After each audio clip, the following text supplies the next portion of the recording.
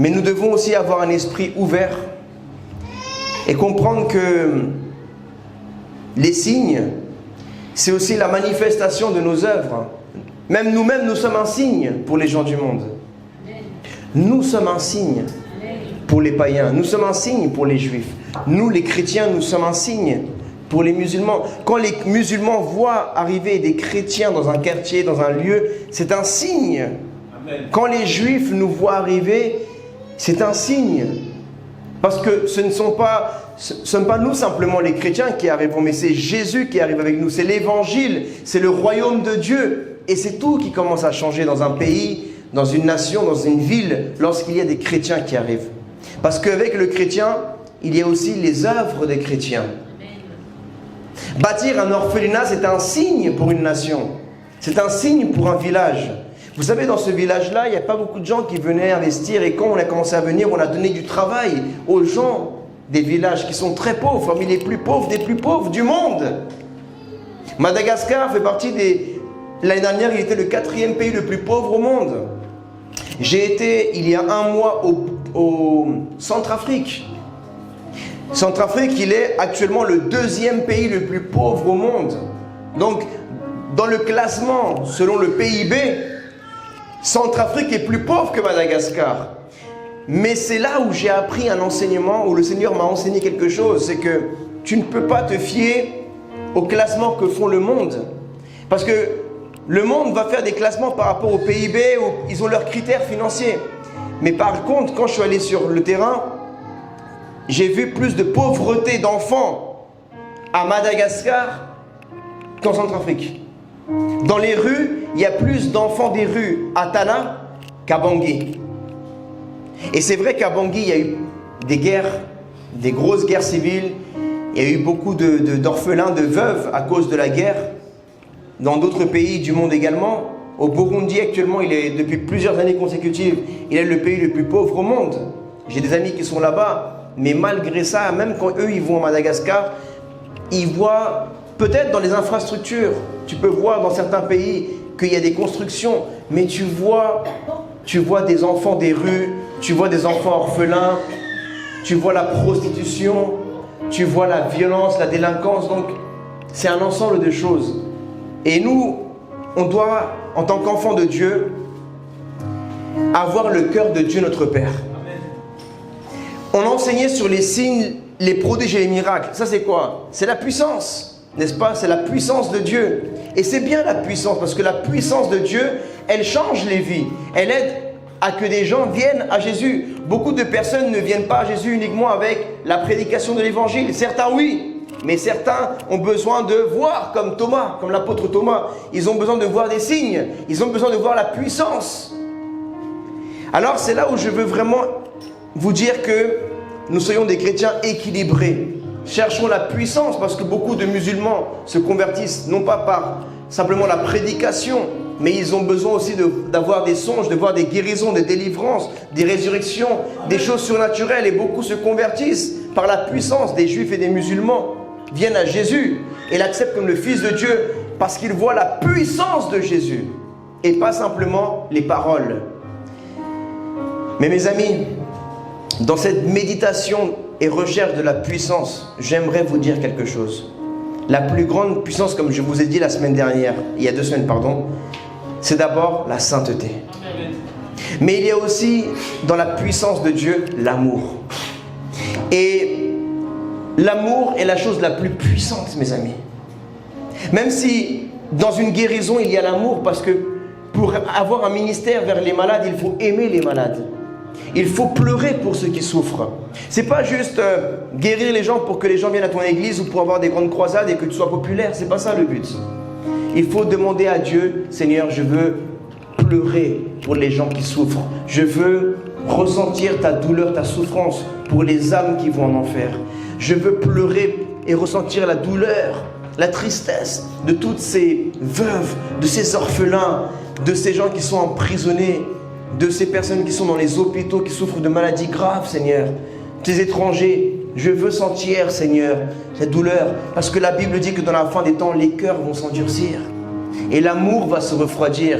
Et aujourd'hui, de nos jours, Beaucoup de chrétiens et surtout les évangéliques, nous cherchons trop la puissance, la puissance, la puissance. Mais nous nous sommes perdus dans ces choses-là. Et nous allons dans des conférences et nous cherchons les prophéties, les miracles, les ci, les ça. C'est pas mauvais. Mais ce qui est mauvais, c'est de délaisser l'amour, la sainteté. Et ça, c'est très important, mes amis. Ne nous perdons pas. Ne nous perdons pas. Ne nous perdons pas. N'ayons pas de l'amour pour les miracles. N'ayons pas de l'amour pour les signes. Ayons de l'amour pour les personnes. Amen. Et désirons que les signes soient manifestés, les prodiges et les miracles soient manifestés, mais pour les personnes, pas pour nous. Pas pour avoir plus de vues sur Internet ou pour remplir plus de locaux ou d'être plus connu. Non, vraiment. Et parfois, quand tu sens que tu peux te perdre un peu dans toutes ces choses-là superflues, même l'argent n'est pas mauvais, parce que l'argent change des vies. L'argent peut restaurer des foyers. L'argent permet que deux personnes puissent se marier. Des personnes parfois vivent en fornication. Surtout, j'ai vu en Afrique beaucoup de personnes qui aiment Dieu. Ils sont en concubinage. Et ils ne peuvent pas se marier. Pourquoi? Parce que le mariage coutumier coûte 10 000 euros, 8 000 euros. Et tu dois donner en dot. Le beau-père demande une voiture. Toi, tu n'as même pas pour t'acheter un vélo, une trottinette. Mais le beau-père, il veut la dernière voiture qu'il a vue. Donc, les gens vivent en fornication, en concubinage, parce qu'ils veulent se marier. Mais en Afrique, tu ne peux pas te marier à la mairie ni devant le Seigneur sans avoir fait le mariage coutumier. Donc, le gars, il préfère que sa fille soit en fornication tant que le gars n'a pas donné sa dot, mais il préfère qu'elle soit en fornication sa fille. J'ai dit, il vaut mieux que tu laisses que ta fille soit honorée et après on verra l'histoire de la dot. Mais ce n'est pas un honneur plus grand qu'un homme honore ta fille. Amen. Et la dot, c'est une dot symbolique. J'étais avec des amis pasteurs, ils disaient, moi, bien sûr, c'est la culture. Les Occidentaux ne peuvent pas comprendre ça, les gens d'Europe ne peuvent pas comprendre. On n'a pas grandi dans cette coutume-là. Mais ils disaient, moi, bien sûr que je veux que l'homme qui veut ma fille, il la dote, mais je ne demande pas une somme, je ne demande pas une liste de Darty ou de la FNAC, non. Je demande simplement un acte d'amour, un acte pour honorer, un acte symbolique. Alléluia. Et donc, l'argent n'est pas mauvais parce qu'avec l'argent, tu peux nourrir les orphelins. Avec l'argent, tu peux donner du travail aux gens, tu peux payer des personnes pour qu'ils puissent vivre, qu'ils puissent manger. Mais c'est l'amour de l'argent qui est mauvais. L'amour pour l'argent. Et c'est là où il faut faire attention. Les chrétiens, soyons des hommes et des femmes d'affaires pour avoir des finances, pour vivre bien, mais pour aider les autres. Mais n'allons pas avoir l'amour pour l'argent.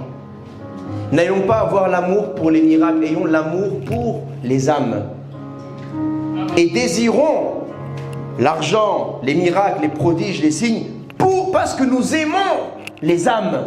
Mais veille toujours dans ton cœur la raison pour laquelle tu fais les choses. Et si tu vois que ton cœur s'endurcit ou se perd dans quelque chose que tu fais, crie à l'Éternel et dis, Seigneur, ramène mon cœur droit à toi. Aide-moi à me recentrer, Seigneur Jésus. Je ne veux pas avoir des mauvaises intentions. Je ne veux pas faire ça pour que les gens me voient, ni pour moi, ma gloire à moi. Mais je veux faire ça pour toi parce que j'aime les âmes, Seigneur. La puissance la plus grande, c'est l'amour. C'est l'amour, c'est l'amour, c'est l'amour. Au-delà de tout ce que tu peux voir, au-delà des guérisons, des miracles, c'est tout. C'est même si dans la même salle, Dieu manifeste son amour. Parce que quand Dieu guérit quelqu'un, il lui montre qu'il l'aime, qu'il est important à ses yeux. Mais quand tu montres l'amour, quand tu donnes de l'amour à un pauvre, à une pauvre, c'est fort. Mes amis, je sais qu'il y a de la pauvreté dans le monde et beaucoup diront, des personnes qui n'ont jamais vu la pauvreté réelle, des gens ici en Occident, ils diront oui, mais vas-y, commence dans ton quartier, vous avez encore rien vécu dans votre vie. Je vais vous le dire, hein, les gens qui parlent comme ça, ils n'ont rien vécu, c'est des bébés. Comment tu peux comparer la pauvreté d'Europe? Moi, j'ai sillonné l'Europe. J'ai sillonné l'Europe, j'ai sillonné les États-Unis. J'ai été en Amérique du Sud, aux Caraïbes, en Afrique, en Asie. Les gens qui disent, oui, mais on commence par là, ils critiquent, même ceux qui vont en Afrique, en Asie, c'est des personnes qui ont un mauvais cœur. Parce que je vous le dis, si ta fille, là, elle est en train de mourir en Afrique de faim, tu ne parlerais pas comme ça. Si ta maman, elle est en train de mourir comme ça de faim là-bas, tu ne parlerais pas comme ça. J'ai entendu des gens dire oui, mais ils commencent à aller là-bas alors qu'ils n'ont même pas comment. Ils font rien ici. Ici aussi, il y a des pauvres. Ce n'est pas les mêmes pauvres ici. Les pauvres d'ici, ils ont le RSA, 400 € par mois. Ils ont de RSA, les pauvres de France. Ceux qui sont dans la rue, c'est parce qu'ils veulent. Même tu leur donnes de la nourriture, ils décident est-ce que c'est halal, est-ce que c'est jambon, est-ce que c'est poulet. Ils sont exigeants. Quand tu meurs de faim, tu t'en fous que ce soit du poulet, de la dinde, du porc, tu manges parce que sinon tu vas mourir. Amen. Je vous dis que allez en Afrique. Amen. Moi, je vous dis que depuis que je vais en Afrique, ma vision a beaucoup changé. Mon cœur a beaucoup changé. Mes amis, ce n'est rien à voir. Si vous n'êtes pas encore allé en Afrique, vous n'avez pas encore vu ce que c'est la misère dans le monde. Vous n'avez rien vu, mes amis. Vous n'avez rien vu. Moi-même, mes parents sont originaires de Colombie. En Amérique du Sud, il y a beaucoup de pauvreté, il y a beaucoup de choses. Mais c'est de la pauvreté. En Afrique, c'est de la misère. Tu ne peux pas comparer la misère et la pauvreté. J'ai été en Roumanie.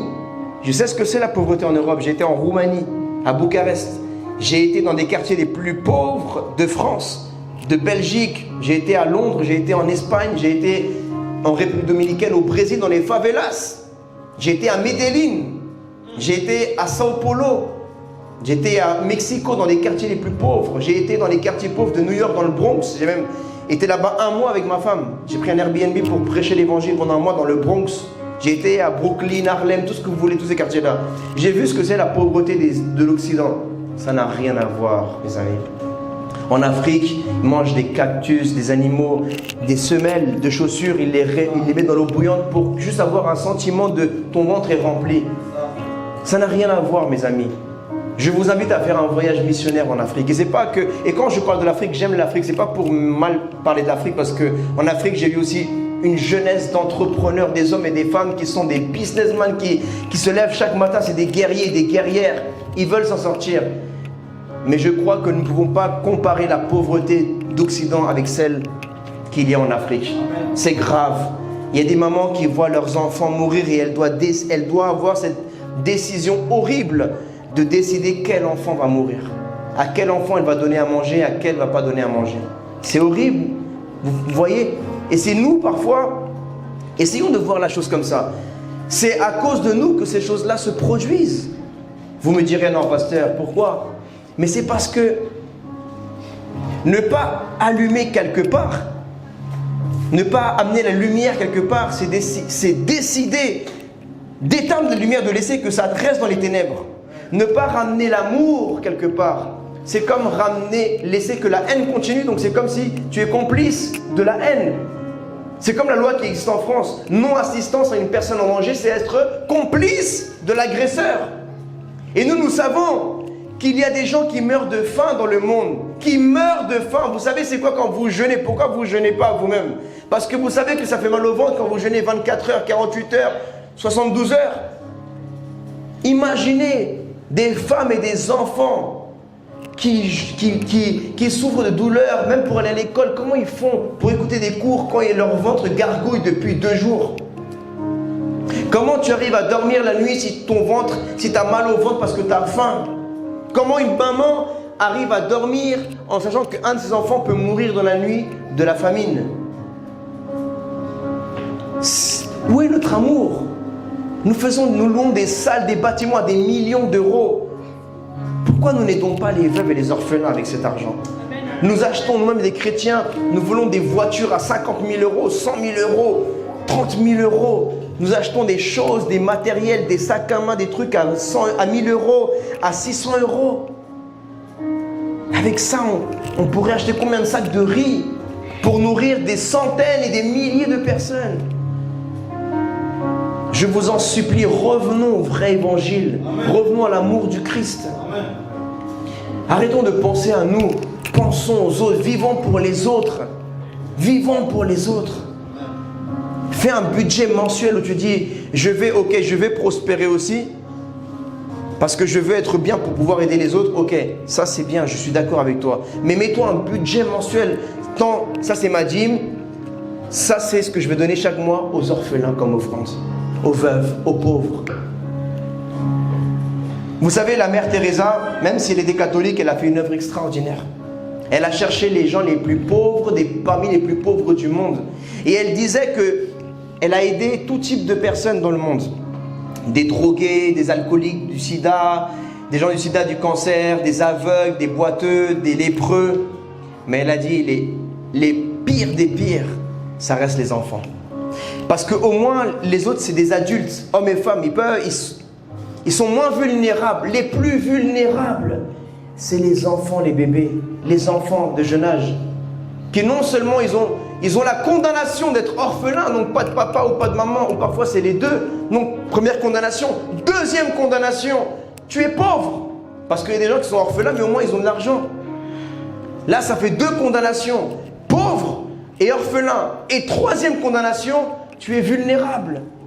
Tu es un enfant, donc tu es vulnérable à des viols. Parce que tu dors dans la rue, sur des cartons, et des hommes viennent la nuit kidnapper les enfants des rues pour après les emmener dans le trafic de prostitution ou dans le travail forcé ou bien dans le trafic d'organes. Pour ceux qui ne savaient pas que ça existe, le trafic d'organes, ça existe.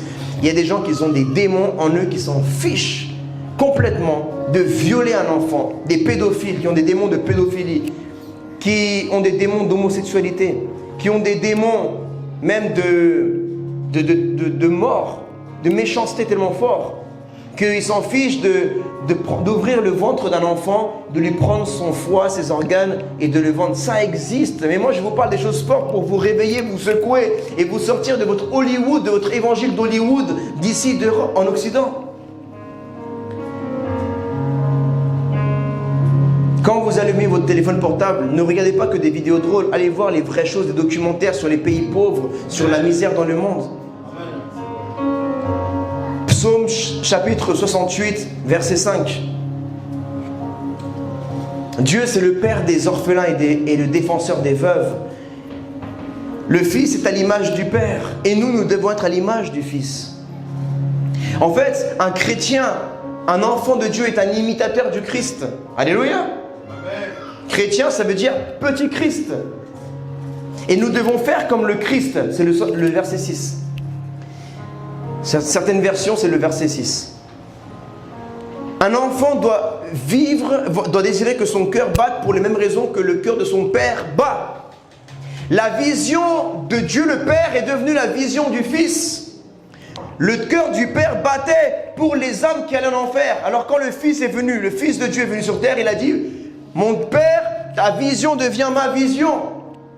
Si le plus grand désir de ton existence c'est que les âmes soient sauvées, alors le plus grand désir de mon existence c'est que les âmes soient sauvées.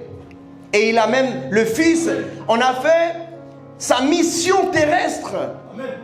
Fais de ta mission terrestre la vision de ton Père créateur éternel. Ne cherche pas une vision terrestre d'un autre homme sur Internet. Tu as déjà une vision. C'est la vision de ton Père éternel. Comment tellement parmi vous pouvez dire non mais j'ai pas de vision? Comment ça? Ouvre ta Bible. Amen. La vision du Christ est ta vision. Amen. Comment vous dites quelle est la vision de l'Église? La vision de l'Église c'est la vision du Christ, mes amis. Gagner les âmes. Aider les veuves et les orphelins. Quelle autre charte vous voulez? Quelle autre chose vous voulez? La vision de l'Église, de l'Église Jésus mon refuge, c'est Matthieu 25. J'ai eu faim et vous ne m'avez pas donné à manger. J'ai eu soif, vous ne m'avez pas donné à boire. J'étais en prison, vous n'êtes pas venu me visiter. J'étais malade, vous n'êtes pas venu vers moi. J'ai été étranger, vous ne m'avez pas accueilli. Quelle autre vision vous voulez? Vous voulez faire comme toutes les autres églises qui cherchent des trucs compliqués? Il n'y a rien de compliqué. Dieu a facilité ça. Au contraire, la loi nous compliquait les choses. Mais l'évangile nous a facilité la compréhension du royaume de Dieu. Soyons comme des enfants. Arrêtons de chercher les choses compliquées parce que même les choses compliquées, vous n'arriverez pas à les faire. Alors, satisfaisez-vous avec les choses simples, mais faites-les. Même une chose simple, vous n'arrivez pas à la maintenir pendant plusieurs années. Une chose simple, prêcher dans les rues, dans les métros. Combien le font par semaine? Et arrêtez de me dire, oui, mais je travaille, je fais ci, je fais ça. Parce que quand on veut, on peut. Ça te coûte quoi d'aller 30 minutes par jour en bas de chez toi, dans ton quartier, pour distribuer des choses? Tu peux le faire. Tu passes plus de temps aux toilettes par jour. Calcule le temps que tu passes aux toilettes. Tu restes des heures. Alors si tu prends juste un peu de temps pour aller dehors prêcher l'évangile, au lieu de voir des séries, d'aller à la salle de musculation, d'aller te faire les ongles, les cils, la coiffure, de voir des séries sur internet, des novellas, des feuilletons télé, va prêcher l'évangile, va gagner les âmes, va aider les pauvres, fais des petits plats, fais des plats et tu vas donner aux pauvres dans ton quartier ou dans Paris. Allez dans les maraudes. Mes amis, restons centrés sur l'évangile. Je sais que c'est très tentant de faire comme les gens du monde, de faire plein de choses, mais restons. Sinon, où seront les gens spirituels sur terre si nous faisons que comme les gens du monde? Où seront les gens qui prient? Où seront sur terre les gens qui jeûnent, les gens qui lisent la Bible, les écoles bibliques? Où seront-elles? Si nous-mêmes nous commençons, le peu de gens spirituels qu'il y a sur terre, si nous commençons à faire comme les gens du monde, alors que restera-t-il de spirituel sur la terre? Psaume 68, verset 6. Le père des orphelins devient un père pour les orphelins, devient une mère pour les orphelins et les orphelines, devient le défenseur des veuves, devient un défenseur pour les veuves, mon frère. Deviens une défenseuse pour les veuves, ma sœur. Même si toi, tu n'as pas reçu cet appel d'aller sur le terrain, mais tu as reçu cet appel, cette vision, sème financièrement dans la vision. Amen. Alléluia. Amen. Les anges et Dieu le Père avaient la même vision. Pourtant, le Père est resté sur son trône, mais c'est son Fils qui a donné sa vie. Mais le Père et les anges ont soutenu le Fils. Le Fils était le missionnaire qui est venu sur le terrain. Mais le Père et les anges étaient là. Mais ils étaient de tout cœur avec le Fils. Peut-être que toi, tu n'as pas reçu l'appel d'aller sur le terrain d'Afrique. Tu n'as pas reçu cette capacité ou cet appel, ce désir. Mais par contre, tu as de l'argent, tu travailles, tu es entrepreneuse, tu es femme d'affaires, tu es homme d'affaires, tu as 50 euros, 100 euros, 500 euros, 1000 euros, 10 000 euros. Tu peux investir et cela te sera compté à toi aussi. Amen. Le cœur d'un chrétien doit battre. Ta raison de vivre doit être la même chose qui fait battre le cœur de Dieu le Père. Le cœur d'une fille doit battre pour la même cause que bat le cœur de son père. Jacques chapitre 1 verset 27. La religion pure et sans tache devant Dieu notre Père consiste à visiter les orphelins et les veuves dans leur affliction et à se préserver des souillures du monde. Point. Donc vivre dans la sainteté. Et visiter. Peut-être que tu ne peux pas les visiter physiquement. Tu ne peux pas aller parce que tu travailles, parce que tu n'as pas ce désir, cet appel de déplacer. Mais tu peux les visiter financièrement. Amen. Tu peux visiter les orphelins d'Afrique avec tes finances. Tu peux visiter les veuves d'Afrique avec tes finances. Mes amis, je vais vous dire quelque chose. Il y a des pays où je n'ai jamais mis les pieds. Mais mon argent, il a mis les pieds là-bas. Il y a des pays où je n'irai jamais parce que j'ai su dans mon cœur, je n'irai jamais là-bas. Mais j'ai eu à cœur ce pays, cette situation. Mon argent est allé là-bas. J'ai semé dans des endroits où je n'irai jamais. Parce que je sais que Dieu ne m'a pas appelé à aller. Mais j'ai envoyé de l'argent dans certains endroits du monde où il y a des pauvres parce que ça m'a touché. Alléluia. Et toi aussi tu peux faire pareil. Amen. C'est tellement important, mes amis. Aujourd'hui, nous nous sommes déviés, les chrétiens. Nous avons perdu l'amour. Les veuves et les orphelins, c'est notre héritage. Mais comme nous avons méprisé l'héritage. Alors, qui prend notre héritage? Les musulmans, les catholiques, les païens, qui prennent notre héritage d'aider les veuves et les orphelins. Et après, ils bâtissent des puits et ils convertissent des gens à l'islam. Et c'est comme ça qu'il y a des gens qui se convertissent à l'islam en Madagascar. Parce qu'il y a des Saoudiens qui investissent des œuvres humanitaires musulmanes qui vont construire des puits dans les villages d'Afrique pour convertir les Africains à l'islam et dans d'autres pays du monde. Des athées dans le projet du diable à travers l'athéisme, ils vont dans des endroits et ils ne mettent pas le mot Dieu ni Jésus, mais ils mettent simplement action contre la faim pour qu'on glorifie simplement les hommes, l'humanisme. L'humanisme, c'est quoi? C'est le culte de l'homme. Il n'y a pas Dieu dans l'histoire là, c'est que humanisme, l'homme. Le Dieu, c'est l'homme. Adorez l'homme, l'humain. N'adorez pas le divin. Ça veut dire ça. Le diable est très malin et très subtil, mais il faut que votre voile soit déchirée. On nous a volé notre héritage. Et je vous parle un peu fort pour que vous ouvriez les yeux. Pendant ce temps-là, les chrétiens ne soutiennent même pas les marques chrétiennes évangéliques. Vous soutenez des marques mondaines qui aident à financer le nouvel ordre mondial, la venue d'Antichrist et tous les plans pervertis et meurtriers qu'ont ces projets d'ici en Occident. Tous les marques que vous aimez, là, toutes ces marques-là que je ne vais pas citer sur YouTube, parce que dernièrement, il y a une vidéo, là, quand j'ai parlé de certaines choses, il y a quelques semaines, il y a une vidéo sur YouTube, on ne me l'a pas enlevée, mais ils l'ont boycotté. Donc, ils ont un algorithme qui regarde les mots qu'on utilise et il y a des vidéos qui boycottent après pour qu'elles ne fassent pas beaucoup de vues. Et ça, ils n'en parlent pas, ça, sur Internet, sur BFM TV, ils n'en parlent pas. Mais il y a un plan pour vouloir nous taire. Ils veulent nous taire, ils veulent nous boycotter, ils veulent nous étouffer. Regardez à la marche pour Jésus, vous avez vu parler de ça à BFM TV? Vous n'avez pas vu parler de ça? Pourtant, il y a eu plus de, 20 000, 30 000 personnes. Quand est-ce qu'il y a des choses comme ça en France? Quand il y a un petit truc, ils mettent sur BFM TV, ils en parlent. Mais quand c'est les chrétiens évangéliques qui font des choses, là, ils n'en parlent pas. Il y a des gens qui ont un calendrier politique, qui reçoivent des directives de Satan et qui, après, ces personnes-là, qui sont spirituelles, les transmettent à des gens charnels qui sont dans la politique. Mais les gens de la politique sont des pions qui sont financés par des gens qui sont dans le secret, mais c'est eux les vrais milliardaires. Mais ces gens qui sont des milliardaires, qui gèrent les chaînes télévisées des plus grands pays occidentaux et les banques et plein d'autres choses, ces gens-là, ils sont dans le spirituel, mais pas dans le bon côté. Toutes ces guerres que vous voyez là, entre le Palestine et l'Israël, Iran, Ukraine, Russie, Pakistan, Inde, vous croyez que tout ça c'est quoi? C'est juste l'argent, c'est juste le pétrole, c'est juste la...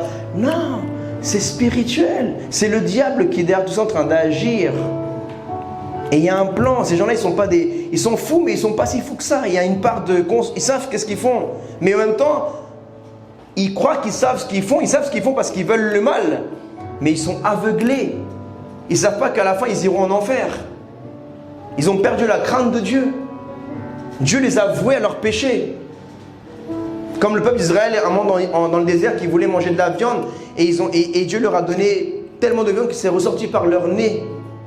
Comme j'ai déjà dit plein de fois, Dieu te parle de la sainteté, de l'amour, mais toi tu décides de devenir un meurtrier, une femme pervertie qui couche avec des hommes à gauche, à droite, qui est une fornicatrice, un fornicateur. Tu veux faire ça? Ok, à un moment donné, Dieu va t'insister. Mon fils, arrête. Ma fille, arrête. Au bout d'un moment, Dieu va te dire, il va te livrer. Il va te dire, ok, vas-y, va. Vas-y, couche avec tous les hommes, couche avec toutes les femmes, c'est ce que tu veux, et tu finiras en enfer pour l'éternité. Et ton cœur sera endurci, et tu ne ressentiras plus la tristesse du Saint-Esprit. Tu seras endurci, et tu pourras coucher avec une femme, 2 femmes, 3 femmes, 4 femmes, tu ne sentiras plus rien. Tu ne sentiras plus la tristesse du Saint-Esprit, tu seras endurci. Et c'est là où il faut t'inquiéter. Et toi aussi, ma sœur. Tu veux coucher avec des hommes? Dieu te dit non, mais toi tu veux être rebelle. 1 fois, 2 fois, tu couches, tu dis ah, comme Samson. Je pensais m'en sortir comme la dernière fois. Tu penses t'en sortir comme la dernière fois chaque fois? Au bout d'un moment, le Saint-Esprit va te quitter. Et la Bible dit quoi? Le roi Saül et Samson ne savaient pas que le Saint-Esprit les avait quittés. Ça veut dire qu'un être humain qui a côtoyé le Saint-Esprit peut ne pas sentir lorsque le Saint-Esprit le quitte ou la quitte. Ça, c'est très dangereux. Voilà pourquoi ne joue pas avec la sainteté ni la grâce de Dieu. Amen. Parce qu'au bout d'un moment, tu ne sens pas. Toi, tu crois que tu vis bien parce que tu fais des bonnes actions, mais tu n'es pas sauvé parce que tu vis dans le péché. Tu es tellement habitué à la pornographie que maintenant, c'est devenu normal pour toi et tu ne ressens plus la tristesse du Saint-Esprit. Tu ne ressens plus que c'est un péché. Pour toi, c'est devenu quelque chose de normal puisque tu dis « je ne fais de mal à personne ». Le diable t'a tellement manipulé dans ta tête, il t'a tellement eu que tu as perdu la sensibilité de la sainteté de Dieu et tu dis « je ne fais de mal à personne ». Tu fais du mal au Saint-Esprit. Tu es en train de crucifier Jésus à chaque fois que tu regardes une vidéo pornographique sur Internet. À chaque fois que tu laisses qu'une autre femme touche ton corps alors que tu es marié. À chaque fois que tu laisses qu'un autre homme touche ton corps, ma soeur, alors que tu es marié. À chaque fois que tu souris avec un sourire séducteur à un autre homme. À chaque fois que tu fais des choses abominables sexuellement, tu es en train de recrucifier le Christ. La sainteté, c'est la plus grande puissance. Mais aujourd'hui, nous, dans nos églises évangéliques, on fait des congrès, des rassemblements, des méga je sais pas quoi, des ci, des ça, des événements. On paye des billets chers, des offrandes à 10 000, 20 000 euros à des gens qui habitent en d'autres pays du monde pour les ramener, pendant que des gens meurent de faim dans le monde. Mes amis, qu'est-ce que nous sommes devenus? Qu'est-ce que nous sommes en train de devenir? Qu'est-ce que nous sommes en train de faire? Vraiment, n'oublions pas la pauvreté, les veuves et les orphelins. Les pauvres. On ne parle plus ça dans nos églises. Cherchez sur internet, prédication, orphelin, vous ne trouverez rien. Prédication, veuve, vous ne trouverez rien. Par contre, cherchez prédication, comment devenir riche. Il y aura une liste, il y aura des choses, plein de choses, des livres entiers. Mais cherchez prédication, enseignement, aider les étrangers, aider les veuves, les orphelins, les pauvres, vous ne verrez presque rien. Parce qu'aujourd'hui, même les pasteurs et les prédicateurs, les évangélistes ne se préoccupent plus pour ça, mais chacun travaille pour son ventre. Chacun travaille pour son ventre et sa retraite. Chacun veut que son église soit la plus grande, que son ministère soit le plus connu. Et on fait toutes sortes de stratégies pour ramener les gens les plus populaires, pour les ramener là, pendant qu'il y a des millions de prédicateurs dans leur pays, mais ils cherchent quand même à ramener des gens d'étrangers parce qu'ils sont plus connus. Alors qu'il y en a des milliers ici qui attendent qu'on les invite pour prêcher le vrai évangile. Amen. Et après, ces mêmes gens-là, ils vont aller critiquer. Oui, mais l'autre, il demande du salaire. Oui, mais toi-même, t'es fautif. Parce que toi-même, tu veux payer quelqu'un pour ramener prêcher dans ton église. Alors qu'il y a plein de personnes que tu pourrais ramener gratuitement, qui ne te demandent même pas un centime, mais tu ne veux pas les inviter parce qu'ils ne sont pas connus sur Internet. Amen. Et après, ces mêmes gens-là, ils se plaignent, ils parlent derrière les gens qui demandent de l'argent. Mais toi-même, tu es complice de cela. Pendant ce temps-là, des gens meurent de faim avec 1 euro. 1 euro. 1 euro. Tu nourris un enfant matin, midi et soir. 1 euro, mon ami. 1 euro. Et pendant ce temps-là, on a rendu, nous, l'église du Seigneur, une maison de voleurs. De business ici à l'église, dans nos églises du monde entier. On ne fait que demander des dîmes, des argents, des offrandes, des ci, des prémices, des ci. On fait des gros événements. On veut prendre des salles, des ci, qui coûtent des milliers, des dizaines de milliers d'euros. Mais on ne veut pas bâtir des orphelinats pour aider les veuves et les orphelins et les gens qui souffrent dans la guerre. Combien de vidéos YouTube de prédicateurs vous entendez qui parlent de la guerre au Yémen? Même des orphelins qui sont morts là, même en Israël ou en Palestine ou en Iran sous les missiles, ou en Ukraine. Pourquoi on ne parle pas de ça? Non, laissons ça à Dieu.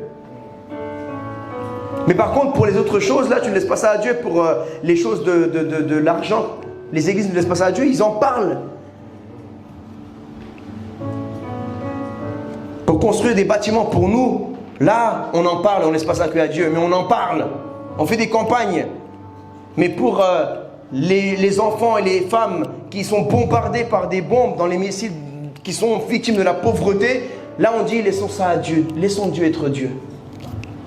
Mais quand tu dois construire ta maison et ton église, là tu ne dis pas laissons Dieu être Dieu. Là tu fais des campagnes, des choses, des ci, des ça. Aidons les veuves et les orphelins, mes amis. Aidons les veuves et les orphelins. Psaume chapitre 41, verset 1. J'ai une colère sainte, mon ami. J'ai une colère sainte. Je suis fâché, vraiment. Je suis en colère. Je suis en colère de voir même. Ça m'attriste. Même moi, je le vois même dans mon ministère. Quand je mettais que des vidéos je prêchais dans le métro, j'avais beaucoup de followers. Quand je prêchais, quand tu mets des vidéos, tu vois des gens, des publics. Les gens te like, les gens te partagent. Mais quand tu mets des vidéos avec les orphelins, les veuves, là, il n'y a personne qui te suit. Pas de vues dans tes vidéos. Mais j'arrêterai pas au nom de Jésus. Amen. Amen. Je vais pas me travestir. On va rester fidèle au vrai évangile et à la vision que Dieu nous a donnée. Même s'il y a des vidéos qui font plus de vues, on ne va pas faire ces vidéos-là. On va rester dans les vidéos que Dieu nous demande de faire. Amen. Si j'aurais mis des vidéos à Dubaï, mes vidéos là, elles toucheraient des millions de personnes. Vidéos Los Angeles, New York, des trucs. C'est vrai. Mais comme je mets des vidéos en Afrique, là, et après les gens disent, mais pourquoi tu mets tes vidéos? Pourquoi tu montres? Parce que je veux que les gens fassent comme moi. Comme dit l'apôtre Paul, soyez imitateurs de moi comme je le suis du Christ. Parce que je veux que les gens fassent pareil. Que vous cessiez d'aller, quand vous avez de l'argent, cessez de payer de l'argent pour aller dans des pays chers, là, pour gaspiller votre argent. Mais prenez votre argent avec ta femme, ton mari, va dans des pays pauvres et fais l'œuvre missionnaire. Fais l'œuvre missionnaire. Même ma femme, là, après la lune de miel, on est parti missionnaire. Après, je l'ai emmenée à Punta Cana. Mais d'abord, je lui ai fait comprendre, si tu te maries avec moi, c'est la mission. Et elle est comme ça, elle aussi. Elle est comme ça. Après le mariage, on a pris un temps. Après, on est parti direct aider les enfants et les veuves et les orphelins de Madagascar. Directement. Quelques temps après, quand Dieu a pourvu, on est parti à Punta Cana avec un haut-parleur dans ma valise. Quand on est arrivé là-bas, elle a ouvert la valise, elle a dit, t'as ramené un haut-parleur? On a passé un temps à Punta Cana, quelques jours après, j'ai dit, chérie, là, ça fait trop de jours qu'on va à la plage, là, j'ai besoin d'aller dans les quartiers, là. On est pris avec un pasteur de l'hôtel, on a connu là-bas, on a dit, on va dans les quartiers de République dominicaine, dans les quartiers pauvres.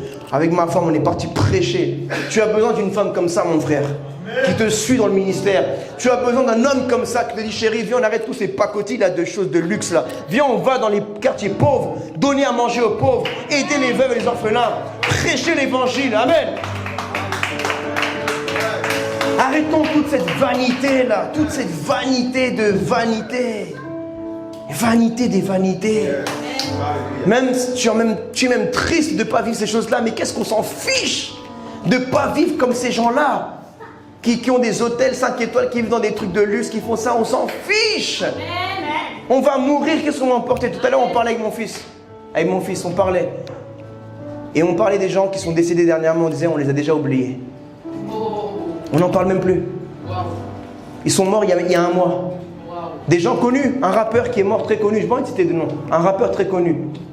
On respecte. Un des plus connus de France. Qui a vendu le plus de disques. Au début, un jour, 2 jours, ça a parlé de lui sur Internet. Là, on n'en parle plus, on l'a oublié. Beaucoup d'argent. Même des gens autour de nous, des amis, des membres de notre famille. On était là, on a pleuré un jour, 2 jours, maintenant on les a oubliés. On t'oubliera toi aussi. Mais les gens qui font l'œuvre de Dieu, on ne les oubliera pas. On ne les oubliera pas. On ne les oubliera pas. On parlera, les gens de ta famille te citeront encore comme exemple. C'était la seule de notre famille qui faisait ça. C'était le seul de notre famille qui faisait ça. Elle aidait les veuves, elle aidait les orphelins. Non pas pour qu'on te glorifie, mais pour que les gens, un jour, dans ta descendance, un neveu, un cousin, un petit enfant à toi, au moins une, reprendra le flambeau que tu as commencé. Au moins un, il y aura au moins un neveu, même des neveux. Dieu va même toucher des cœurs de vos neveux, vos nièces, même petits-neveux, petits-nièces, cousines, cousins, enfants, petits-enfants. Et ils vont continuer l'œuvre ministérielle. Alléluia. Donc ne vous dites pas, j'ai pas eu d'enfant, mon enfant ne suit pas. Tu as des nièces, tu as des neveux qui vont voir, ils me disent, je veux faire comme tata. Je veux servir Jésus comme tantine, comme tonton. Comme le cousin à la cousine. Amen. Parce que si dans les choses du mal, on voulait copier les gens qui faisaient le mal, n'est-ce pas? Dans nos familles, parfois, on entend qu'il y a un cousin qui est narcotrafiquant. Moi, je me rappelle que j'avais un cousin qui vendait et je voulais faire aussi pareil. Mais pourtant, c'était ni mon père, ni mon grand frère, c'est pas ma lignée. Mais le diable, il veut quand même que tu fasses, tu vois, que tu admires un autre membre pour que tu fasses pareil que lui et que tu te dévies sur le diable. Aie des bons exemples dans ta vie. Deviens un bon exemple pour ta descendance. Pour ta descendance.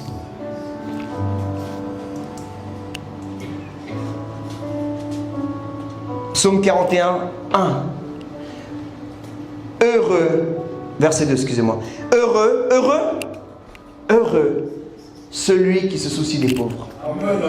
Donc, si la Bible dit heureux celui qui se soucie des pauvres, alors celui qui ne se soucie pas des pauvres, est-ce qu'il est vraiment heureux? Selon Dieu.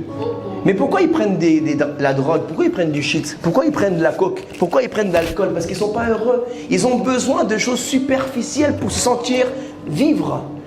Mais la vie, c'est pas ça. Ils ont besoin de se sentir vivre. Et quoi, c'est ça qu'on va vivre la vie. Ils ont besoin de choses de drogue, de chimiques. Ils ont besoin de choses, d'émotions, de papillons dans le ventre là, pour sentir qu'ils vivent la vie, d'excitation, d'adrénaline. Nous, notre adrénaline, c'est le Saint-Esprit. Notre adrénaline, notre excitation, c'est de voir un enfant qui a rien dans son assiette et de lui remplir son assiette. C'est là où on sent qu'on est en train de vivre notre vie, qu'on n'est pas en train de rater notre vie sur terre. Heureux celui qui se soucie du pauvre. Ma question pour toi qui te soucies de voir quelle est l'église qui grandit le plus en France, de voir quel est le dernier événement qui va se produire pour payer ton billet pour aller. Tu te soucies de ces choses-là que tu vis. Tu t'inquiètes. Mais est-ce que tu t'inquiètes pour les gens qui sont pauvres? Et après tu veux que Dieu se soucie de toi, que Dieu s'inquiète de toi. Mais qui es-tu? Te crois-tu plus importante ou plus important que l'enfant d'Afrique qui n'a rien à manger, qui va mourir ce soir? Et qui lui ne blâme personne. Parce que personne ne vient l'aider, il ne blâme personne. Mais pourtant toi tu blâmes Dieu parce que Dieu ne vient pas solutionner ton petit caprice que tu vis actuellement. Donc toi, nous sommes devenus des égoïstes les chrétiens. Nous voulons que Dieu, dès que nous vivons un truc de notre mariage, nos finances, notre ministère, nos émotions, nous voulons que Dieu court comme un pompier vers nous. Mais est-ce que nous courons pour Dieu? Parce que courir pour Dieu, c'est courir pour les pauvres et les orphelins et les veuves et les gens de ce monde. Amen. Le jour du malheur, l'Éternel le délivre. Qui veut que l'Éternel le délivre au jour du malheur? Celui qui ne lève pas la main, c'est un mytho. Alors, la clé là, c'est se soucier. Réveille ton voisin, dis-lui, regarde, Dieu te parle. Il faut que tu te soucies là.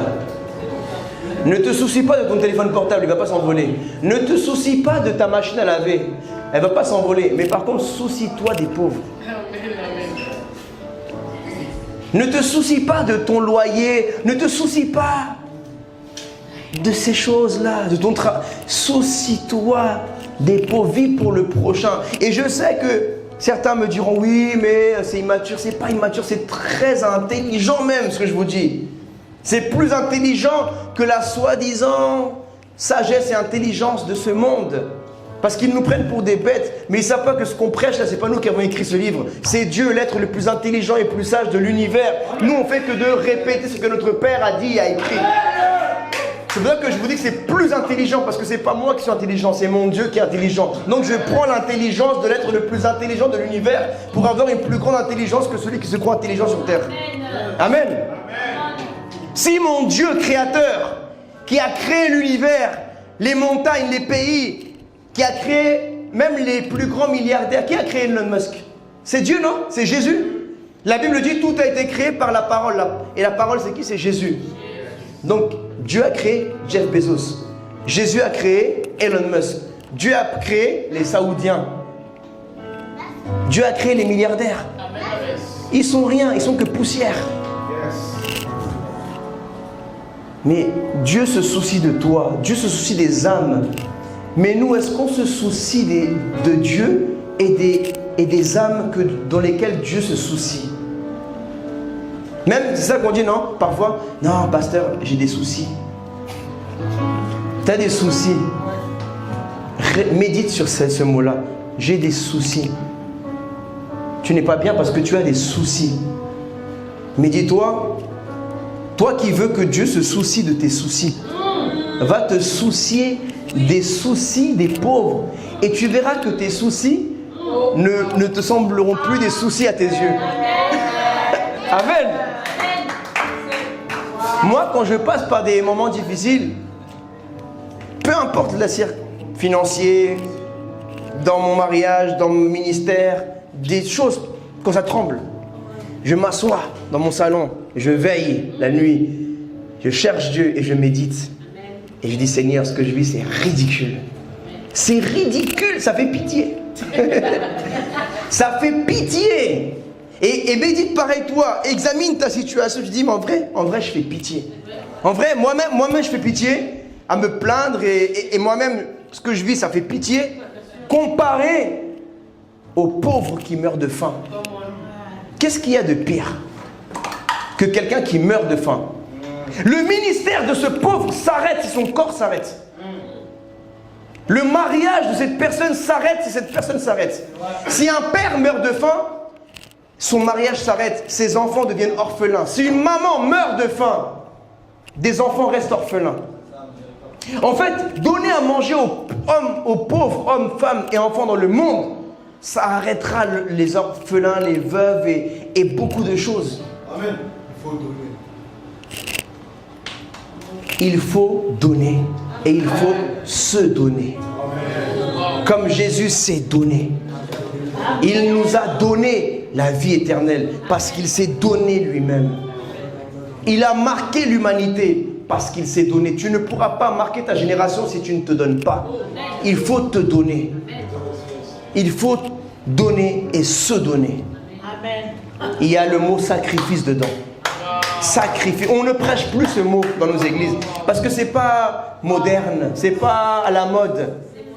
Non, maintenant c'est que les mots power, puissance, les clés, les étapes. Mais on ne voit plus le mot amour, sainteté, sacrifice, veuve, orphelin. Cherchez ces mots dans YouTube, dans les prédications. Vous n'allez pas trouver beaucoup de prédications sur ça. Alors Dieu te délivrera. Le jour du malheur, l'Éternel te délivrera. Tous ceux qui vivent des moments de malheur, peu importe la sphère, santé, finances, foyer, sentimental, eh bien, l'Éternel te délivrera si tu te soucies des pauvres. Verset suivant, verset 3. L'Éternel le garde. Il te gardera.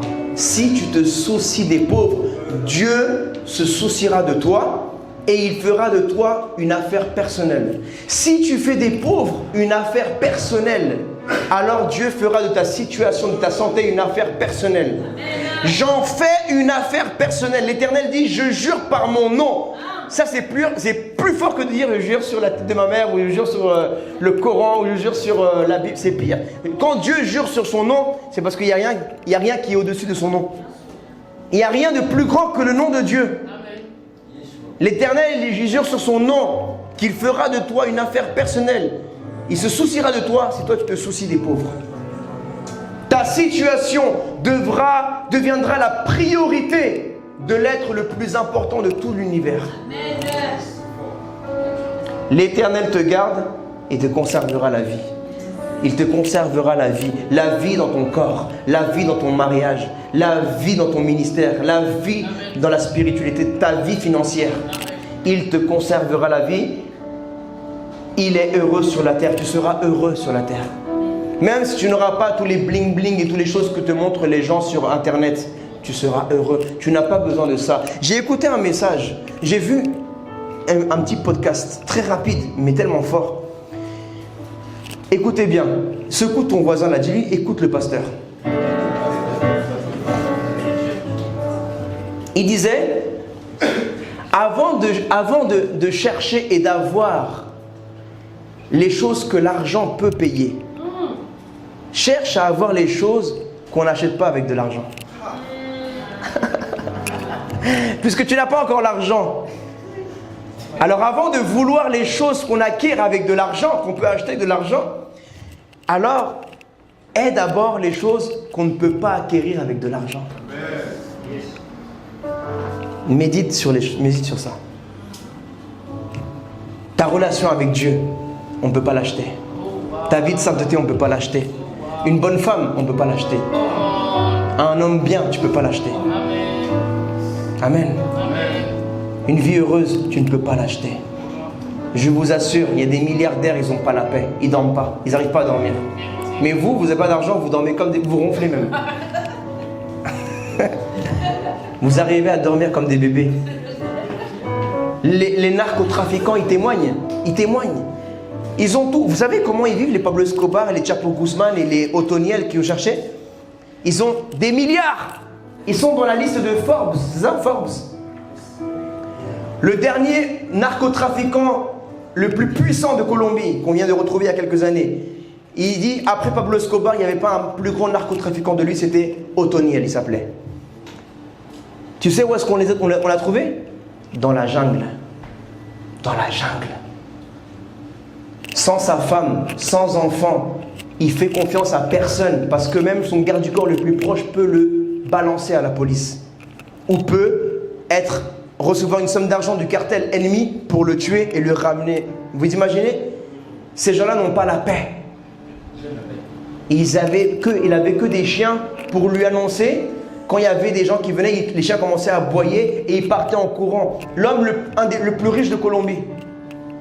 Tout seul, avec des bottes, même vêtements, chaque fois, il courait comme un rat qu'on poursuit. Et il disait, ces gens-là, j'avais tout, mais j'avais pas la paix. Je dormais pas bien la nuit, je dormais sur un seul œil. Ils n'avaient pas l'amour, ils n'avaient pas de foyer, ils avaient tout. Mais ils avaient plein de maisons dans toute la Colombie, dans le monde. Ils ont leur argent dans les banques suisses, dans les trucs de Panama, ils ont plein de trucs.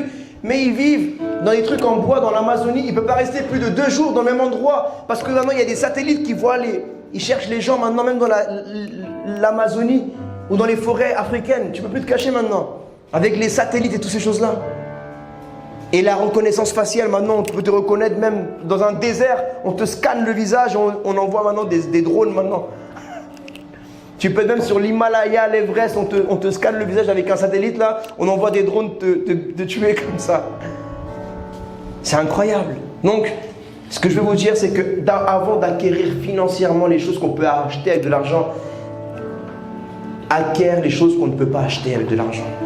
Et les choses qu'on ne peut pas acheter avec de l'argent, c'est gratuit, c'est Dieu qui te les donne. Prends-les. Prends-les. Et parfois, on a les plus grandes richesses, mais on ne valorise pas. Dieu t'a donné une belle femme, une bonne femme. Mais toi, tu veux d'autres femmes. Tu cherches quoi? Tu crois toujours que les pâturages sont plus verts ailleurs. Le jour où tu vas laisser ta femme là, avec tes enfants, que tu vas aller derrière toutes les femmes que tu vois, un jour, tu vas vieillir. Un jour, ton argent va finir. Ces femmes-là, elles vont te tromper. Ces femmes-là, elles te prennent ton argent. Tu vas pleurer toute larmes de ton corps. Tu vas dire, j'avais la femme en or. Mais j'ai pas su voir. Dieu t'a donné un homme bon. Mais toi, tu cherches autre chose. Tu vas voir des hommes. Mais après, tu vas te voir que tous ces hommes te prennent que pour ton corps. Et tu vas te rendre compte que l'homme que tu avais, il t'aimait pour de vrai. C'était un bon père pour tes enfants, un homme bien. Tu vas pleurer aussi. Valorise ce que tu as. Arrête de désirer d'autres choses que tu n'as pas. Valorise déjà ce que tu as. Amen. Tu as la présence de Dieu. Tu as la paix de Dieu, mais tu veux vivre dans les boîtes de nuit. Tu veux faire ci, tu veux faire ça. Le jour où tu vas mourir, où tu vas frôler la mort dans un lit d'hôpital, tu vas te dire, j'avais tout. J'avais la paix avec Dieu quand j'allais à l'église. Je servais le Seigneur au piano.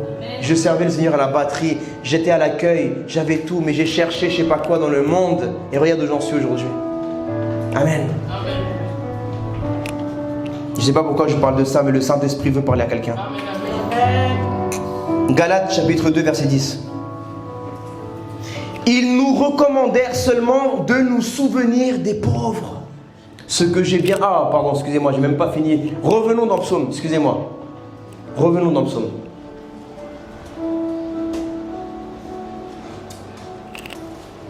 Tu te souviens? C'est bon? Psaume 41, verset 3. Je veux terminer ici, avant d'aller dans Galates. Pardon. Dieu ne te délivrera pas au pouvoir de tes ennemis. Les ennemis, c'est qui? C'est le diable et ses démons. Tout ce qui te enlève, qui veut t'enlever la paix, c'est ça, tes ennemis. L'ennemi, c'est pas ta belle-mère. L'ennemi, c'est pas ton mari, c'est pas ta femme. L'ennemi, c'est pas le voisin, la voisine, c'est pas ton patron qui veut te virer. L'ennemi, c'est le diable et ses démons. Mais Dieu ne te livrera pas au pouvoir de tes ennemis si tu te soucies des pauvres. Mais Dieu a l'épreuve. Depuis que tu lis la Bible de Genèse à Apocalypse, tu n'as encore pas compris que notre Dieu est un Dieu d'alliance. Est un Dieu de pacte. Fais un pacte avec Dieu. Fais une alliance avec Dieu. Dis Seigneur, à partir d'aujourd'hui, je vais me soucier des pauvres. Et comme dit ta parole, tu ne me livreras pas au pouvoir des ennemis. Tu conserveras ma vie. Je serai heureux sur la terre. Tu me garderas. Alléluia. Fais une alliance avec Dieu aujourd'hui. Verset 4. L'Éternel le soutient sur son lit. C'est Dieu qui va te soutenir. Ça veut dire quoi sur son lit? Ça veut dire même pendant que tu dors, tu as quelqu'un qui te protège. Sur son lit de souffrance, même quand tu seras dans des moments difficiles, de maladie, qui sera là pour te soutenir? Ton Créateur. Il se souciera de toi parce que pendant que tu étais en forme, tu t'es soucié des pauvres. Amen. Amen. Quand tu seras dans un moment de faiblesse, là aujourd'hui tu es fort. Et tu dis non, moi, les pauvres c'est bien, mais d'abord c'est moi et après on verra. Mais si tu fais des pauvres, des veuves et des orphelins ta priorité, le jour où tu seras dans une situation de faiblesse et de souffrance, alors l'Éternel te soutiendra. Il te soulagera dans toutes tes maladies. Verset 5. Là, c'est le roi David qui parle. Je dis, Éternel, aie pitié de moi. Vous savez, parfois, nous, on veut que Dieu ait pitié de nous. On dit, Seigneur, aie pitié de moi. Aie miséricorde de moi, n'est-ce pas? Mais moi, je veux te poser une question aujourd'hui de la part de Dieu. Toi qui veux que Dieu ait pitié de toi et que les gens aient pitié de toi, est-ce que toi, tu as pitié des gens? Est-ce que tu as pitié du pauvre là, qui meurt là-bas quelque part dans un village d'Afrique ou en Asie? Est-ce que tu as pitié? Est-ce que tu te soucies de lui? Mais tu veux que les gens se soucient de toi. Tu dis non, mais on ne m'appelle pas, personne ne m'appelle. Toi, tu appelles les pauvres d'Afrique, toi? Et tu veux maintenant que les gens t'appellent. Mais toi, est-ce que tu appelles les gens d'Afrique qui meurent de faim, qui sont pauvres? Non, mais personne me dit bonjour. Est-ce que toi, tu vas dire bonjour aussi aux pauvres là-bas? Guéris mon âme, car j'ai péché contre toi. Amen. Nous avons péché. Nous avons péché. Péché, ça veut dire rater la cible. Nous nous sommes déviés dans des banalités, dans des futilités, dans des vanités. Nous avons péché. Nous avons manqué la cible. La cible, c'est aider le pauvre, la veuve, l'orphelin, aider l'étranger. Alléluia. Celui qui sait faire le bien, mais ne le fait pas, a commis un péché. Tu sais faire le bien. Ne me dis pas que tu n'as pas 1 euro, ce serait un mensonge. Avec 1 euro. 1 euro, mon ami, 1 euro. Tu donnes à manger toute une journée à un enfant et à une maman en Afrique. Matin, petit déjeuner, repas, dîner. 1 euro. 1 euro. Maintenant, quand tu vas gaspiller 10 euros, tu sauras que ça fait 10 personnes ou ça fait 10 jours pour une seule personne. Alléluia. Maintenant, nous pouvons aller dans Galates chapitre 2, verset 10. Ça, c'est quand il y avait un débat, un moment avec qu'est-ce qu'ils allaient garder les chrétiens, donc après que Jésus soit monté à la droite du Père. Et ils avaient un petit débat entre les juifs, les chrétiens d'origine juive, par rapport aux chrétiens d'origine grecque ou païenne. Qu'est-ce qu'on va leur imposer? Est-ce qu'on leur impose la circoncision? Est-ce qu'on leur impose quoi selon la loi? Qu'est-ce qu'on fait?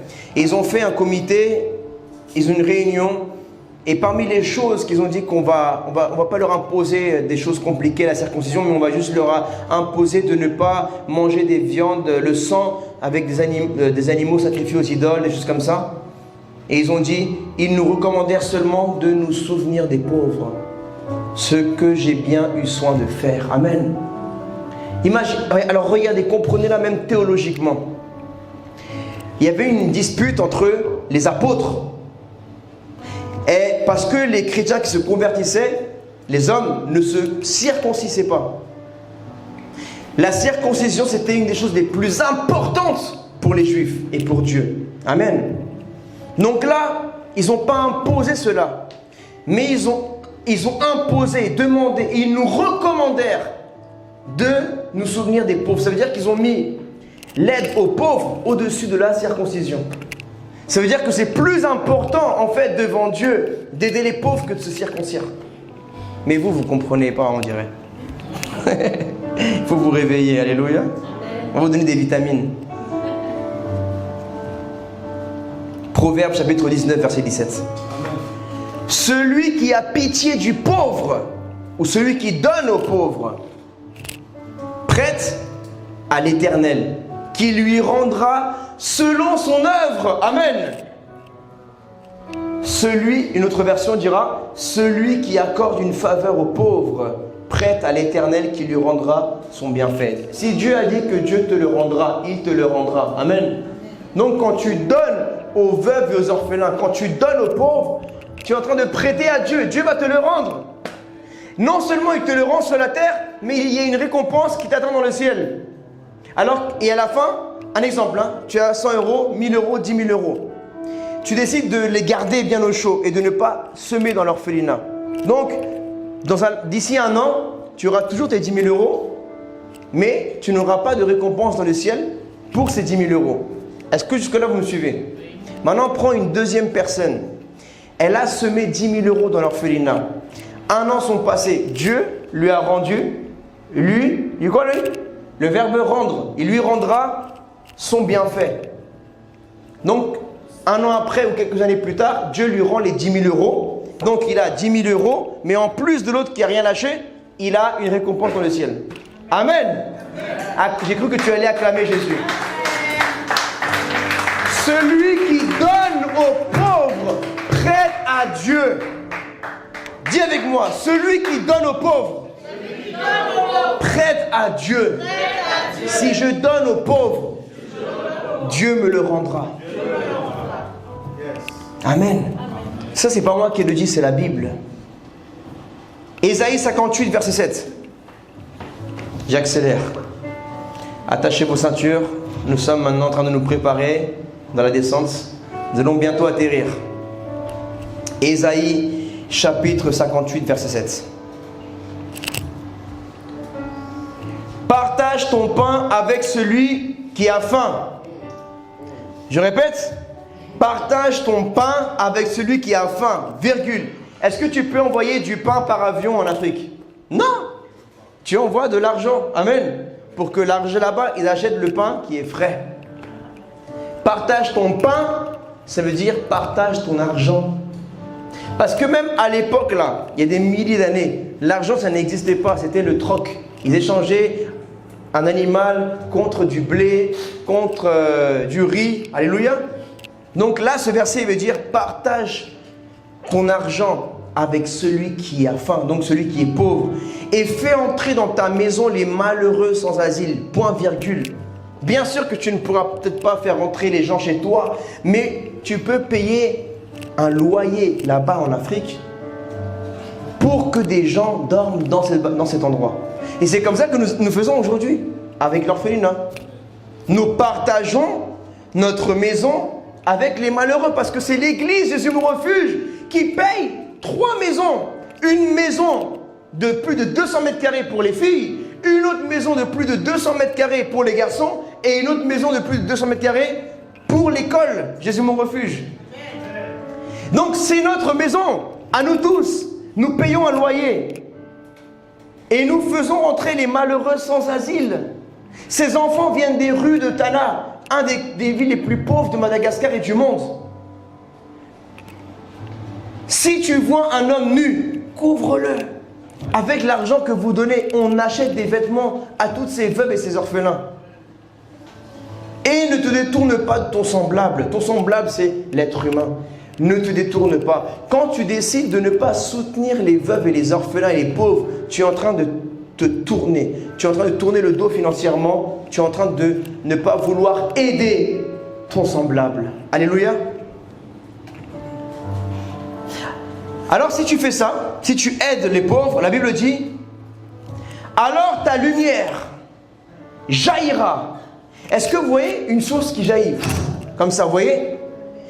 Ta lumière jaillira comme l'aurore et ta restauration. Toi qui vivais des moments difficiles, qui n'étaient pas bien émotionnellement, intérieurement dans ta vie, ta restauration, tu seras restauré et elle progressera rapidement.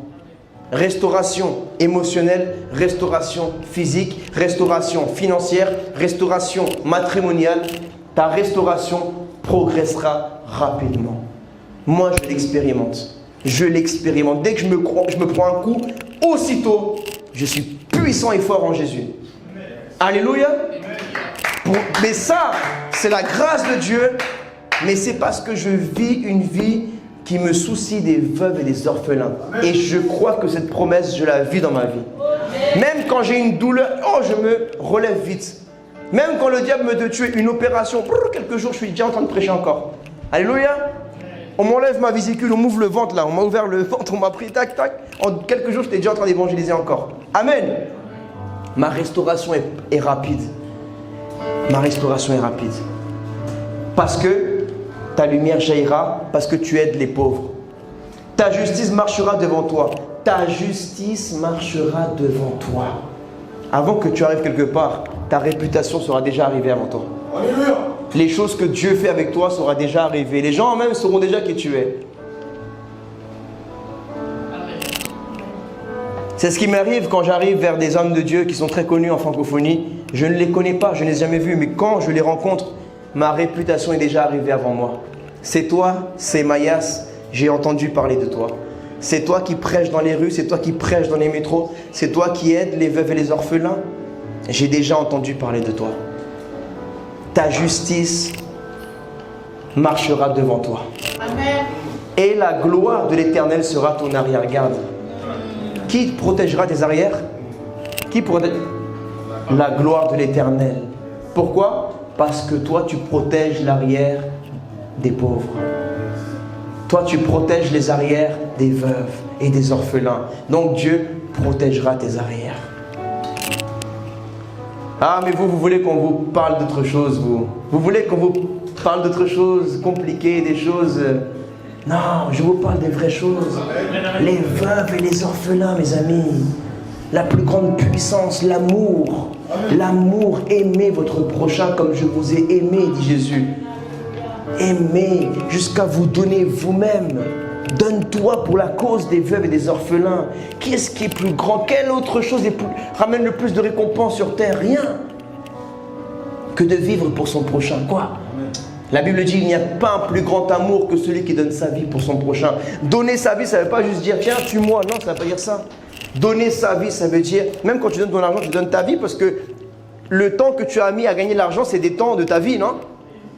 Donc quand tu donnes financièrement à des veuves et des orphelins, des pauvres dans le monde, tu donnes ta vie. Donc il n'y a pas un plus grand amour que celui qui donne sa vie pour son prochain. Alors tu appelleras et l'Éternel répondra. Mais il y a une condition. Il y a une condition, mes amis. Aider les pauvres. Aider les pauvres. Se soucier des pauvres. Partage ton pain avec celui qui a faim. Si tu fais ça, alors tu appelleras et l'Éternel répondra. Donc si tu ne partages pas ton pain avec celui qui a faim, souvent tu appelleras. Et c'est pour ça que beaucoup d'entre vous, vous dites souvent, j'ai l'impression que Dieu ne m'écoute pas. Mais est-ce que toi tu écoutes Dieu quand il te parle? Comme maintenant là, Dieu te parle. Tu crois que c'est moi avec mon t-shirt vert là? C'est pas moi qui te parle. C'est Dieu qui te parle. Amen. Mais toi tu vois aux yeux. Tu crois encore que Jésus est blond aux yeux bleus. Il n'est pas blond aux yeux bleus, Jésus. Toi tu t'arrêtes encore à tes yeux.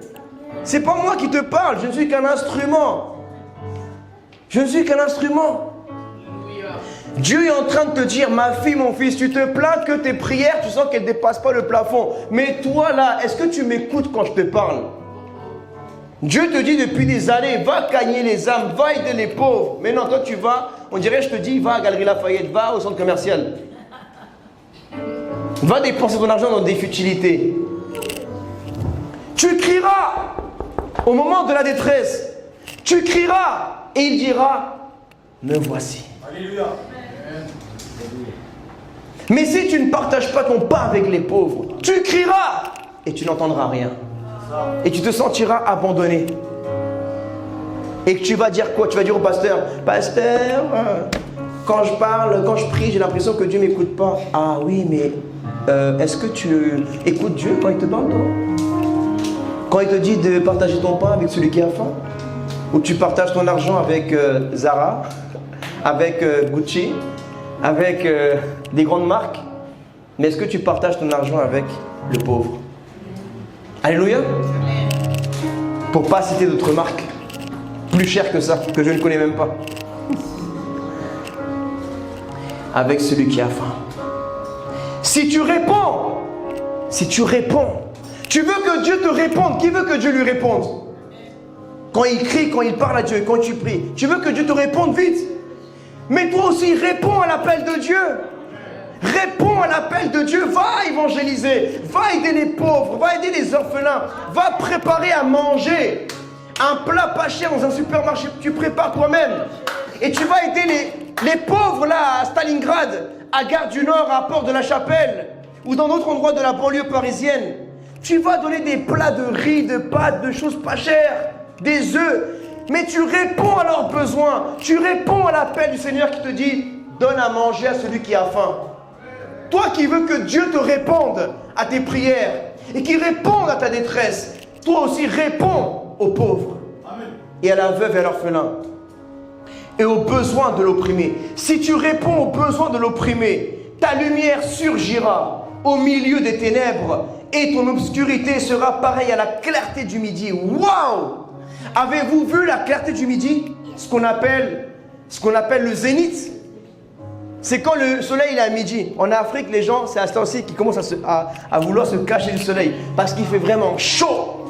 C'est le moment de la journée où le soleil est plus puissant, où le soleil est plus chaud, c'est à midi. Et donc là, il dit, ne me changez pas les versets, s'il vous plaît. Ta lumière surgira au milieu des ténèbres. C'est-à-dire dans les ténèbres que tu vivras dans ton foyer, dans tes finances, dans ta santé, dans ton ministère. C'est les ténèbres. D'accord? Parmi vous là, il y en a beaucoup qui vivent actuellement une situation tellement dure que vous ne voyez pas la lumière. Donc vous dites, je suis comme dans les ténèbres. Ma situation elle est mauvaise, je ne me sens pas bien, je suis triste. Je ne vois pas la lumière de Dieu dans ma situation. Je suis comme dans les ténèbres et comme une obscurité. Mais il dit que ta lumière surgira au milieu des ténèbres et ton obscurité sera pareille à la clarté du midi. Est-ce que vous comprenez là? Ça veut dire que tes ténèbres à toi là, si tu aides les pauvres et tu donnes à manger aux pauvres, elle va être plus lumineuse que le soleil à midi. Même ceux qui croient avoir de la lumière dans leur vie là, qui croient qu'ils ont la lumière, toi tes moments de ténèbres seront plus lumineux que ceux qui croient avoir la lumière. Mais vous m'avez pas compris. Acclamez comme Jésus. Il y a tellement de révélations là que votre cerveau là, il suit plus là. Ceux qui croient qu'ils sont dans la lumière là, ceux qui croient qu'ils ont la lumière, la promesse de Dieu, si tu donnes à manger aux pauvres, même dans tes moments d'obscurité, ça sera comme un soleil qui illumine à midi. Amen. Donc il y aura plus de lumière dans tes ténèbres que dans celui qui croit qu'il vit dans la lumière. Est-ce que là tu me comprends? Je le répète. Tu vas regarder la vidéo sur YouTube plusieurs fois, cette séquence, pour que ton cerveau il commence à comprendre au bout de plusieurs semaines. Si tu partages tes propres ressources, je suis sûr que beaucoup d'entre vous, vous ne savez même pas que ça existait dans la Bible, ces versets-là. Certains, vous ne les aviez jamais lus. Si tu partages tes propres ressources avec celui qui a faim, ce n'est pas une métaphore, ce n'est pas une parabole. Celui qui a faim, c'est un ventre qui existe. Il est réel ce ventre. Il souffre, il gargouille, il a mal. Et cette personne-là, elle va mourir dans quelque temps si tu ne partages pas tes ressources avec celui-ci. Si tu réponds aux besoins de l'opprimé, ta lumière surgira. Verset 11. L'Éternel sera constamment ton guide. Levez la main tous ceux qui veulent que Dieu les guide. Donne à manger aux pauvres. Aide les veuves et les orphelins. Alors, Dieu te donne sa parole, qu'il sera constamment ton guide. Il y en a beaucoup parmi vous là, Jésus vous a trouvé, mais vous êtes encore perdu dans vos décisions. Pourtant, Jésus vous a trouvé, mais vous ne savez pas quelle décision prendre pour votre mariage, pour vos fiançailles, pour votre métier, pour votre ministère. Vous êtes trouvé, mais perdu. Donc, vous êtes pas très loin, mais à côté, comme dirait le papa de Mika. Tu n'es pas très loin, mais tu es à côté. Tu n'es pas très loin, mais tu es à côté. Ça veut dire que tu es en Christ, Dieu t'a trouvé, mais dans tes décisions de tous les jours, tu es perdu. Amen. Tu es perdu. Le seul repère que tu as, c'est Christ. Et Christ, pour te guider, il te demande une seule chose. Donne à manger aux pauvres. Alors là, je pourrais te guider. Mais certains, vous méprisez ça. Vous dites, non, c'est pas comme ça la théologie. Je suis sûr qu'il y a quelque chose d'autre. En dehors de donner à manger aux pauvres, je suis sûr qu'il y a quelque chose d'autre. Donne à manger aux pauvres. Aide les veuves et les orphelins. Pourquoi tu veux des choses compliquées? Dieu te dit, si tu partages ton pain, alors l'Éternel sera constamment. Est-ce qu'on a la même définition du mot constamment? Constamment ton guide, tous les jours. Il répondra à tes besoins dans les endroits arides, dans les déserts secs. Et il redonnera des forces à tes membres. Quel membre de ta vie est fatigué? Ton membre financier, ton corps, ta santé ministérielle, tes jambes, tes bras, tes émotions, ton cerveau. Il redonnera des forces à tous tes membres. Tu seras pareil à un jardin bien arrosé, à une source dont l'eau n'arrête jamais de couler. Si tu partages ton pain avec celui qui a faim, si tu aides les veuves et les orphelins. Verset 12. Grâce à toi, on reconstruira sur d'anciennes ruines. Tu relèveras des fondations vieilles de plusieurs générations. On t'appellera réparateur de brèches, restaurateur de sentiers fréquentés. Encore. Si tu retiens ton pied pendant le sabbat, bon ça c'est après. Tu sais, le véritable repos c'est quoi? Le véritable Shabbat c'est Jésus-Christ. Et le véritable repos, c'est de te reposer en Dieu.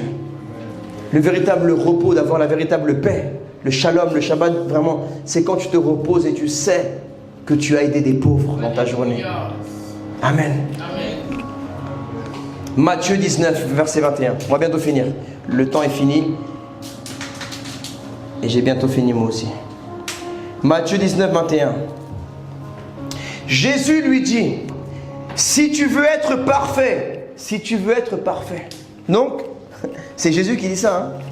Il dit à quelqu'un qu'il peut être parfait. Mais pour être parfait, il dit, va vends ce que tu possèdes, donne-le aux pauvres. Est-ce que c'est la Bible, non? Pourquoi on ne prêche jamais ça? Parce que, même pas trop, hein? Qu'aime pas trop vendre ce que tu as et donner aux pauvres. Vends ce que tu as. Et là, les gens qui n'aiment pas ça, ils vont dire, non mais c'est une parabole, c'est une métaphore. Tu vois, dès que les gens n'aiment pas quelque chose, ils vont dire, non mais c'est une parabole. Pourtant là, quand c'est de la dîme, c'est pas une parabole. Hein? Ah mes amis, si tu veux être parfait, vends ce que tu possèdes, donne-le aux pauvres, tu auras un trésor dans le ciel. Vous avez un pasteur qui vous prêche le ciel. Vous avez un pasteur qui vous prêche les récompenses dans le ciel, mes amis. Jésus en parle. Un trésor dans le ciel. C'est Dieu qui en parle. Il y a un trésor dans le ciel. C'est une révélation tellement grande qu'on dirait qu'on n'est pas conscient, vous et moi. Parce que comme nos yeux humains ne voient pas, donc on a du mal à le croire, on a du mal à s'imaginer. Mais il y a un trésor qui est plus grand que le diamant, que l'or. Et il nous attend dans le ciel. Toi qui aimes les grosses voitures, toi qui aimes les grosses maisons, le trésor dans le ciel, il est plus grand que tes grosses voitures réunies sur la terre là. Que toutes tes grosses maisons, des villas, des je sais pas quoi. Dans le ciel, le trésor que tu recevras pour avoir aidé un seul orphelin, il est plus grand que toutes les BMW, les Mercedes, les Hummer, les Range Rover, les Ferrari, tout ce que tu veux, les Porsche. Juste une seule fois que tu as aidé un orphelin, c'est plus grand que tout ça. Parce que tout ça, ça ne rentre pas dans ton cercueil. Alors que la récompense que tu recevras dans le ciel, personne ne pourra te la voler. Amen. Et Jésus te la préserve. Donne-le aux pauvres, tu auras un trésor dans le ciel, puis viens et suis-moi. Matthieu 11, 5. Les aveugles voient, les boîtes marchent, les lépreux sont purifiés, les sourds entendent, les morts ressuscitent, et la bonne nouvelle est annoncée aux pauvres. Amen. Amen. Pourquoi tu veux toujours prêcher aux Américains, aux riches, aux Français riches là? Va prêcher aux pauvres. Va prêcher aux pauvres dans les quartiers pauvres. Va prêcher l'évangile aux pauvres. Ceux qui ont besoin d'aide. Va prêcher aux pauvres. Mais pourquoi les gens n'aiment pas prêcher aux pauvres? Parce que ça ne paye pas. Ça ne paye pas. Les gens ne veulent pas implanter des églises là où c'est un quartier pauvre parce qu'il n'y aura pas beaucoup de dîmes et offrandes. Hein? C'est pour ça que les gens n'aiment pas aller en Afrique parce qu'ils disent ils vont faire quoi? Ils vont me donner quoi? Ils n'ont rien à me donner. Mais leur Dieu là, il a beaucoup plus à te donner que quelqu'un qui vit à Beverly Hills. Amen. Mais tu n'as pas encore compris ça. Pourquoi tu crois que moi je suis toujours en Afrique là? Parce que je sais que comme il n'a rien à me donner, c'est encore mieux. Ça veut dire que si lui il n'a rien à me donner, c'est son Dieu qui va me donner. Mais ça c'est une grande révélation pour vous ça. Amen. Amen. Moi j'aime trop servir les gens qui ne peuvent pas me rembourser. Amen. Parce que comme lui il ne peut pas me donner, c'est son créateur qui va me donner. Et son Dieu, c'est mon Père. Et l'or et l'argent appartiennent à son Dieu, à mon Dieu. Amen. Mais quand tu donnes à quelqu'un et tu veux qu'il te rende, tu as reçu ta récompense. Yes. Dieu ne va pas te le rendre puisque lui t'a déjà donné. Yes. Arrête de désirer que les gens te donnent. Attends que Dieu va te donner.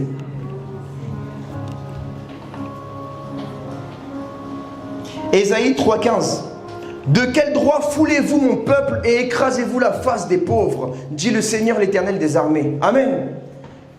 Mais vous direz dans vos cœurs, mais pasteur, moi j'écrase pas la face des pauvres. Qu'est-ce qui se passe en ce moment au Yémen, en Somalie, en Iran, en Palestine, en Israël, en Ukraine? Qu'est-ce qui se passe? Des bombes sont en train d'écraser les pauvres. Des balles, des gens sont en train de mourir de faim. Les prisonniers de guerre, les veuves de guerre, les orphelins de guerre dans les pays d'Afrique. Mais mes amis, rappelez-vous que non-assistance à une personne en danger, c'est être complice de l'agresseur. Si tu n'enlèves pas le pied de celui qui écrase le pauvre, alors c'est comme si toi-même tu auras mis ce pied sur la face du pauvre. Si je ne fais rien pour les pauvres dans le monde, si je ne fais rien pour les veuves et les orphelins, c'est comme si moi-même je fais main dans la main avec le diable et celui qui opprime les pauvres là, pour les laisser et les regarder mourir dans leur pauvreté. Alors que toi-même, dans ton compte en banque, tu as quand même quelques euros. Ne dis pas que tu as rien, parce que c'est pas vrai.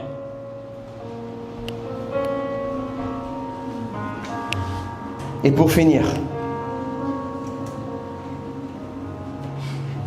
Matthieu 25, 42. Car j'ai eu faim, et vous ne m'avez pas donné à manger. Ce verset, c'est Jésus qui le parlera lui-même. Il dit, j'ai eu faim et vous ne m'avez pas donné à manger. J'ai eu soif et vous ne m'avez pas donné à boire.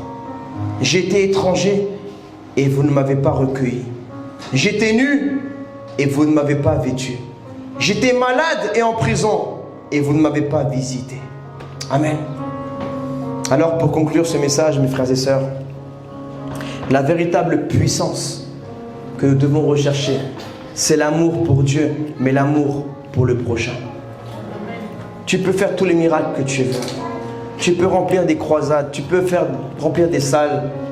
Mais si tu n'aides pas les pauvres, les veuves et les orphelins, tu n'as rien fait sur terre. Tu n'as rien fait. Tu n'as rien fait. Que Dieu vous bénisse. Levons-nous s'il vous plaît, levons-nous. J'appelle le groupe de louanges s'il vous plaît.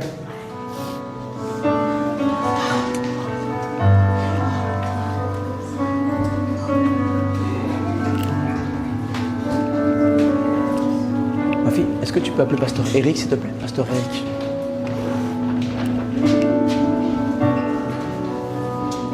On va se lever, on va prendre un petit temps de ministère rapidement. Mes frères et sœurs, j'aimerais vous sensibiliser. Nous sommes dans les temps de la fin. Regardez tout ce qui se passe dans le monde. Jésus a dit qu'il y aura des guerres et des rumeurs de guerre. Et on les voit. Et ce n'est pas des petits pays là, hein.